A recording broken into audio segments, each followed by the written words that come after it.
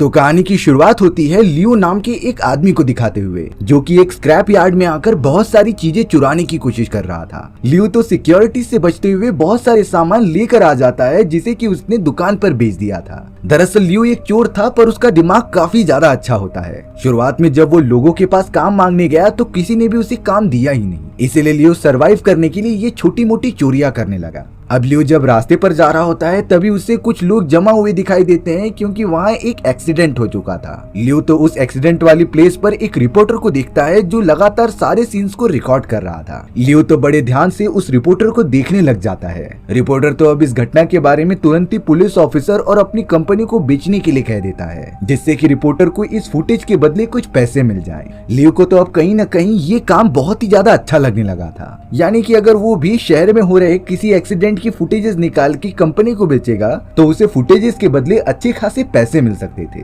इसीलिए अब लियो बहुत ज्यादा चोरियां करने लगा था, जिससे कि पैसे जमा करके उसने कैमरा और एक रिकॉर्डर लिया होता है। हालांकि शुरुआत में जब लियो एक्सीडेंट वाली प्लेस पर जाकर रिकॉर्डिंग करने की कोशिश करता तब पुलिस वाले उसे रोक देते, लेकिन धीरे धीरे उसने शहर में जाकर अलग अलग टाइप के एक्सीडेंट की वीडियो फुटेजेस निकालना स्टार्ट कर दिया, जिसके बाद वो एक्सीडेंट में मरे हुए आदमी की फुटेजेस निकालकर एक कंपनी को बेचने चला आता है। वो तो एक न्यूज रिपोर्टिंग कंपनी थी, जिसकी ओनर मिया नाम की एक लेडी होती है। लियो की कैमरा फुटेजेस देखने के बाद मिया ने उसे अपनी कंपनी के लिए थोड़ी डॉलर्स में खरीद लिया, लेकिन कैमरा एंगल्स काफी अच्छे होने के कारण मिया तो लियो को उसके लिए काम करने के लिए कहती है। और अब लियो को समझ में आ चुका था कि उसे पैसे कैसे कमाने हैं और आगे कैसे बढ़ना है। लियो ने तो अब पूरे शहर में मौजूद एक्सीडेंट वाली साइट्स पर नजर रखना स्टार्ट कर दिया, जिससे कि वो घायल और मरे हुए लोगों की लाइव फुटेजेस निकाल सके। उसे तो अब हर एक फुटेजेस के बदले मिया की कंपनी से काफी अच्छे डॉलर्स भी मिलने लगे थे।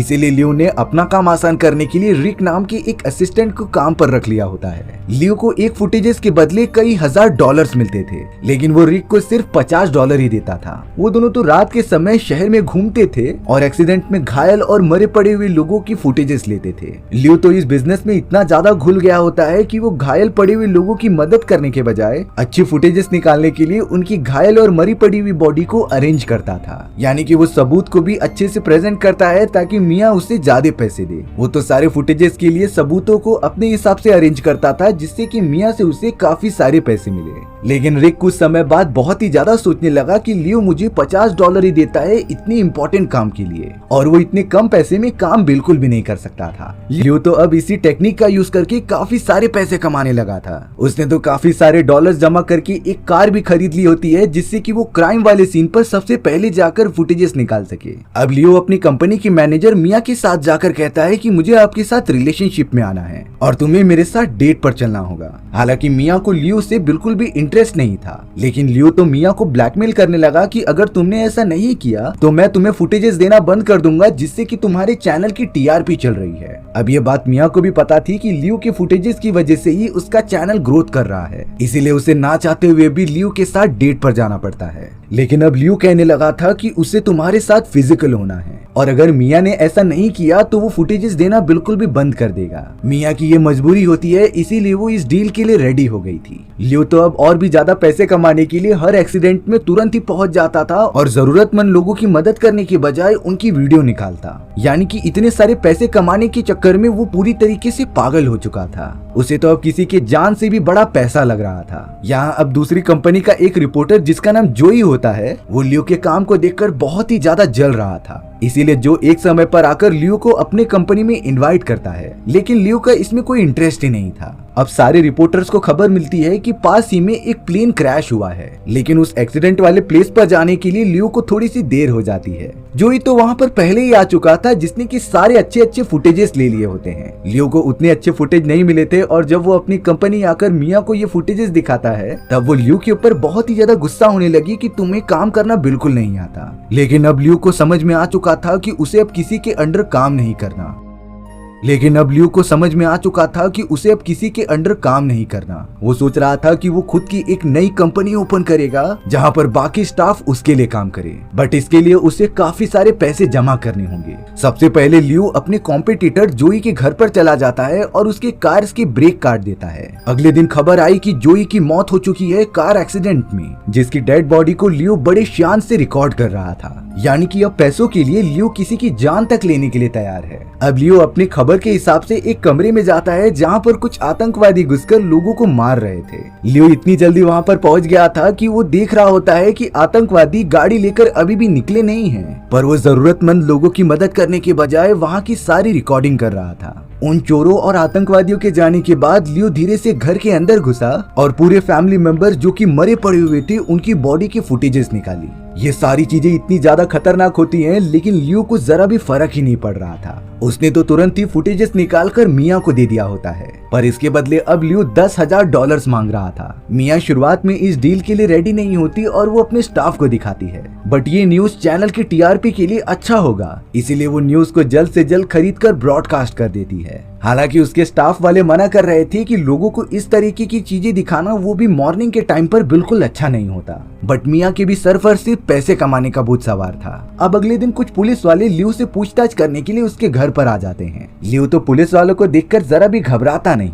पुलिस वालों के वीडियो फुटेजेस मांगने पर लियो ने उन्हें दे दिया, लेकिन उसने फुटेजेस को पहले ही थोड़ा सा चेंज कर दिया होता है, जिसमें कि वो पार्ट मौजूद ही नहीं था जब वो सारे आतंकवादी वहां से जा रहे थे। अब यहाँ लियो को एक बात पता चली कि जो भी उन सारे आतंकवादियों को पकड़ने में मदद करेगा तो पुलिस वाले उसे $50,000 का इनाम देंगे। इसीलिए अब उसने चोरी चुपके आकर आतंकवादियों की कार के नंबर प्लेट का पता लगा लिया, जिसके बाद लियो और रिक उनकी लोकेशन का अंदाजा लगाकर वहाँ चले जाते हैं। और लियो कह रहा था कि जब वो आतंकवादी पब्लिक प्लेस पर जाएंगे तो मैं 911 पर कॉल करके पुलिस वालों को यहाँ बुला लूंगा, जिससे कि एटलीस्ट मुझे $50,000 का इनाम मिल सकता था। लेकिन रिक कहता है कि मैं भी तुम्हारे साथ अपनी जान जोखिम में डालकर काम कर रहा हूँ, तो मुझे भी आधे पैसे मिलने चाहिए, नहीं तो रिक जाकर पुलिस वालों को बता देगा कि उन चोरों की फुटेजेस पहले से ही लियो के पास थी। इसीलिए अब लियो प्राइज मनी को आधा आधा करने के लिए राजी हो जाता है। अब जैसे ही वो सारे आतंकवादी एक रेस्टोरेंट के अंदर आ चुके थे, तभी लियो ने 911 पे कॉल करके पुलिस वालों को बुला लिया था। अगले ही मोमेंट में दोनों तरफ से फायरिंग स्टार्ट हो गई।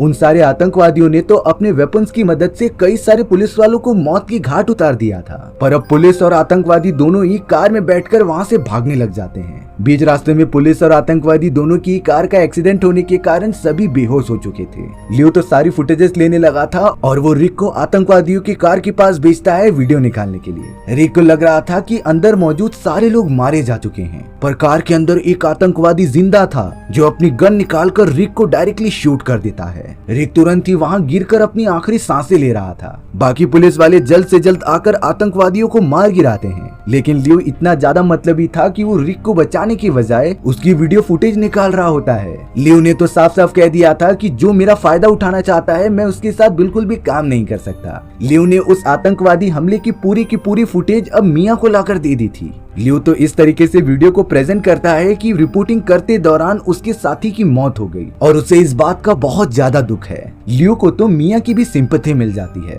और अब मियाँ इस पूरे फुटेज को जल्द से जल्द ऑन एयर करने वाली थी ताकि सारे लोग इसे देखें और उनकी टीआरपी एकदम आसमान चूमने लगे। मियाँ भी अपने फायदे के लिए कहीं न कहीं लियो की तरह बन गई थी। उसे तो सिर्फ डॉलर्स कमाने थे, चाहे किसी की जान बचे या फिर जाए। अब थोड़ी ही देर में उनके स्टूडियो में कुछ पुलिस ऑफिसर्स आ गए थे जो मियाँ और उसकी कंपनी वालों को रोकते हैं ये फुटेजेस सेंड करने के लिए, क्योंकि ये बहुत ही ज्यादा क्रूशियल न्यूज हो सकती है। बट मियाँ ने उन पुलिस ऑफिसर्स को फुटेजेस देने के लिए मना कर दिया था, क्योंकि ये उसने लियो से खरीदी थी। इसीलिए पुलिस वाले डायरेक्टली लियो के पास चले जाते हैं पूछताछ करने के लिए। पुलिस वालों को लियो से सिर्फ इतना जानना था कि उसे कैसे पता चला उन आतंकवादियों के बारे में। लियो झूठ बोल देता है कि 2 आतंकवादी मेरा कुछ समय पहले पीछा कर रहे थे, इसीलिए मैंने जल्द से जल्द 911 पर कॉल कर दिया। अब उस पुलिस ऑफिसर को पता था कि लियो झूठ बोल रहा है, लेकिन उसके पास कोई भी एविडेंस नहीं होता जिससे कि लियो दोषी साबित हो सके। इसीलिए लियो को बाइज्जत बली कर दिया जाता है। हमें पता चला कि लियो सिर्फ इस जगह पर ही नहीं रुकता,